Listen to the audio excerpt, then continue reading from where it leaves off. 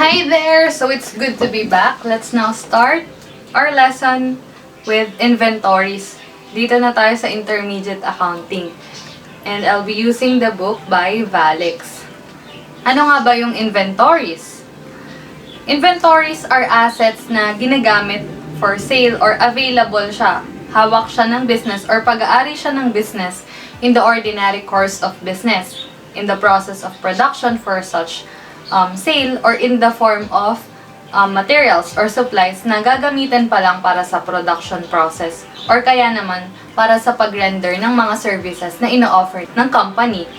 Yung mga inventories merong goods purchased at saka held for resale. Ang mga example niyan, yung merchandise na binili ng isang retailer para ibenta sa mga customers, or kaya naman land or iba pang property na hawak or pag-aari ng mga subdivision entity o kaya mga real estate developers. Ngayon, yung mga inventories, kasama dito yung mga finished goods na na-produce na, yung mga goods na nasa process pa, at saka yung materials at supplies na hindi pa nagagamit. May mga classes yung inventories. Dalawa ang division niya. Yung una yung merchandise or merchandising concern at saka yung manufacturing concern.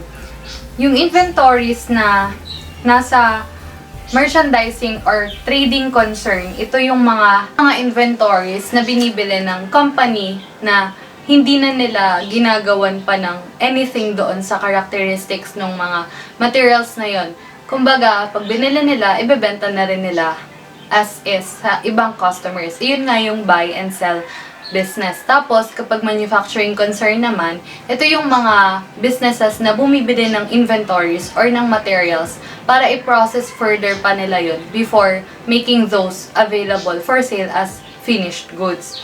Tapos, kapag manufacturing concern, merong usually tatlo, pero according dito sa book, meron tayong raw materials inventory, hiwala yung factory or supplies inventory, and then we have work in process inventory at saka finished goods inventory. Ano ba yung finished goods? Ang finished goods, yun yung completed na or na-produce niya na. Meron na tong mga kumpletong cost ng lahat ng materials, direct labor, at saka overhead na na-allocate sa kanya. While yung goods in process or work in process, ito naman yung mga partially finished goods na meron pang required na mga processes or work bago pa nila mabebenta. And then last, yung raw materials, ito naman yung nakastock pa or nakatabi pa para sa susunod na production, ito naman yung gagamitin. Kumbaga, hindi pa siya nagagalaw or wala pang process na nagagawa sa kanya. Tapos, we have yung sa supplies. Kasi, di ba, merong mga materials tayo like glue, nails, paint. Sila yung mga indirect materials na hindi mo talaga makikita na may significant portion sila doon sa finished goods. Pero meron sila na immaterial na part, kumbaga. So, hindi na siya kinaklasify as part ng raw material or as part ng direct materials. They find their way para sa cost ng products through the factory overhead costs. And then, ito na yung pinaka-main topic. Ano ba yung mga goods na dapat or yung mga items or costs na dapat nating i-include sa inventories? Merong rule. Ang rule is kung anong mga goods or anong mga materials or inventories ang merong title sa entity or pag-aari niya, possession niya. Iyon ang dapat mong i-include sa inventory kahit na nasa ang location pa yon. Meron tayong phrase na passing of title. This is the legal language na ibig sabihin, ito yung moment or the exact point kung kailan or kung saan na ipapasa yung pag-aari or ownership doon sa inventories. Merong legal test na tinatawag. Ang tanong is the entity the owner of the items being inventoried? So, when the answer daw is affirmative or it's a yes, then pag-aari yun ng entity or isasama mo yun sa inventory niya. Pero kapag no, basically, hindi mo siya isasama. Ang mga example ng inventories ay yung mga goods owned at saka on hand. Ibig sabihin, wala ka ng duda, sa'yo talaga yun. Goods in transit and purchased. Ikaw yung bumili and the term is FOB, shipping point. Tapos, ikaw naman yung nagbenta and ang terms is FOB destination. Sa'yo yun. Then, number 4 is yung goods out on consignment or nasa kamay ng ibang tao. This will be explained further. Tapos, next is yung goods in the hands of the customers for approval or for testing. Tapos, yung last, yung goods in the hands of sales agents or yung mga salesmen. Merong exception dito sa legal test. Kasi nga, di ba, merong mga purchases na installment ang basis. Di ba yung iba pagka binili mo to, nagbayad ka ng cash, then sa'yo na to. Kapag naman installment, normally sa accounting, kapag namili ka on installment basis, hindi pa siya talaga totally sa'yo hanggat hindi mo siya nababayaran. Pero dito sa rule ng inventory, you have to consider economic substance over legal form.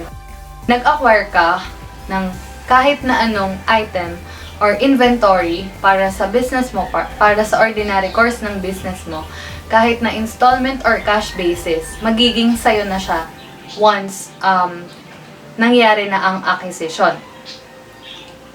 Ito na nga yung who is the owner of the goods that are in transit. Di ba merong dalawa, FOB shipping point and then FOB destination. When we say FOB shipping point, ito yung nagsa-start yung paglipat ng ownership upon the shipment of the goods. Ibig sabihin, kapag shinip na ni seller yung goods, iyon na yung point na magiging pag-aari na siya ni buyer. Kaya kapag ka ikaw yung bumili, tapos ang terms is FOB shipping point, then the inventory is already yours. Kapag naman FOB destination, napapasa ang ownership doon na mismo sa destination. So, once shipped by the seller, kay seller pa yon. Kapag nakuha mo na, kung ikaw si buyer, dun pa lang siya magiging sayo. Ganun yung FOB destination. Ito yung nagsasabi, yung dalawa na to, yung nagsasabi kung sino ba yung legally responsible para magbayad ng charges. Kunyari, FOB shipping point. So, from shipping hanggang makarating kay customer. So, shouldered na yun ni customer. Tapos, kapag naman FOB destination, shouldered ni seller hanggang makarating kay customer. Iyon. Pero meron din tayong merong mga freight terms. Yung freight collect and then freight prepaid. Kapag sinabi na freight collect, ibig sabihin, yung dumating sa'yo, hindi pa siya nababayaran ng seller. Tapos, ikaw, bilang buyer, ikaw yung magbabayad kasi nasa'yo na yung item. Kapag naman freight prepaid, ibig sabihin, kaya nga prepaid, binayaran na agad siya ni seller yung shipping bago pa makarating sa'yo. Itong dalawa na to, hindi siya nakaka-apekto doon sa ownership ng inventories. Ibig sabihin, sinasabi lang naman ng terms na to kung sino yung actual na nagbayad ng mga shipping costs. Pero, ang magde-define pa rin ng may-ari ng inventories ay yung FOB shipping point and destination. And then, meron din tayong mga maritime shipping terms. We have FAS or free alongside. And then, CIF, yung cost, insurance, and freight. Tapos yung last is X-ship.